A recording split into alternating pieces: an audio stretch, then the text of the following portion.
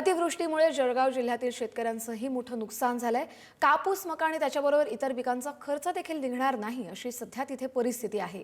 सरकार ओला दुष्काळ जाहीर करत नसल्यानं आत्महत्या करण्याशिवाय दुसरा पर्याय माझ्यापुढे आहे का, असा उद्विग्न सवाल नुकसानग्रस्त शेतकऱ्यांनी उपस्थित केलाय।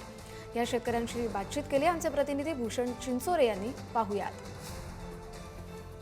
2 दिवसांपासून सुरू असलेल्या अतिवृष्टीमुळे जळगाव जिल्ह्यातील शेतकऱ्यांचं मोठ्या प्रमाणात नुकसान झालं आहे। सातत्याने नैसर्गिक आपत्तींना तोंड द्यावं लागत असल्याने शेतकरी पुरता हतबल झाला आहे। आपल्यासोबत नुकसानग्रस्त शेतकरी आहेत, आपण त्यांच्याशी संवाद साधणार आहोत। बाबा, काय झालेलं आहे? मोठ्या प्रमाणात जे आहे पावसामुळे तुमचं नुकसान झालेलं आहे। दादा, आम्ही आज दिनलो एवढा खर्च करा आता ह्या टाईमवर जरा असं काही सहारा नाही भेटणार। हा एक एकरले आम्ही 30-35 हजार रुपया खर्च करीसन 30 रुपया जर नाही भेटणार। अरे याशी जर सडेल कपाशी, याच्या 80% कपाशी मक्का लाईसन तो जमीन सोयता आहेत, 10% कपाशी लाई राहणू त्यांना माबी अशी हानी हे तर आम्ही जगणार कसं आहेत?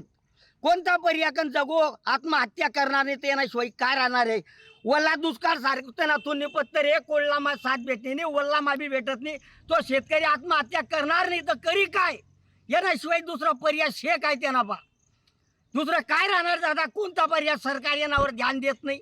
शेतकरी मरणार राहणार जगणार त्यांनी त्याला कदर नाही, तर दुसरं काय करणार आहे तो? हाय अशी जस कपाशी आत्महत्या बोंड देखाया कसा सळी घ्या, तर हाई कसा जगणार आहे तो? आज जंगलમાં जावं, वावरं असं झालेत की नाला सारखा समान वावरं वाही घ्यात, कपाशीनं पीक काढी दिकत नाही, तर जगणार कसं आहेत? आम्ही काय करायला पाहिजे? अतिवृष्टीमुळे शेतकरी पुरता हतबल झालेला आहे। मोठं नुकसान आहे अतिवृष्टीमुळे शेतकऱ्यांचं झालं आहे। त्यामुळे शासनाने त्वरित ओला दुष्काळ जाहीर करावा अशी मागणी शेतकऱ्यांनी व्यक्त केली आहे। भूषण चिंचोरे, पुढारी न्यूज, जळगाव।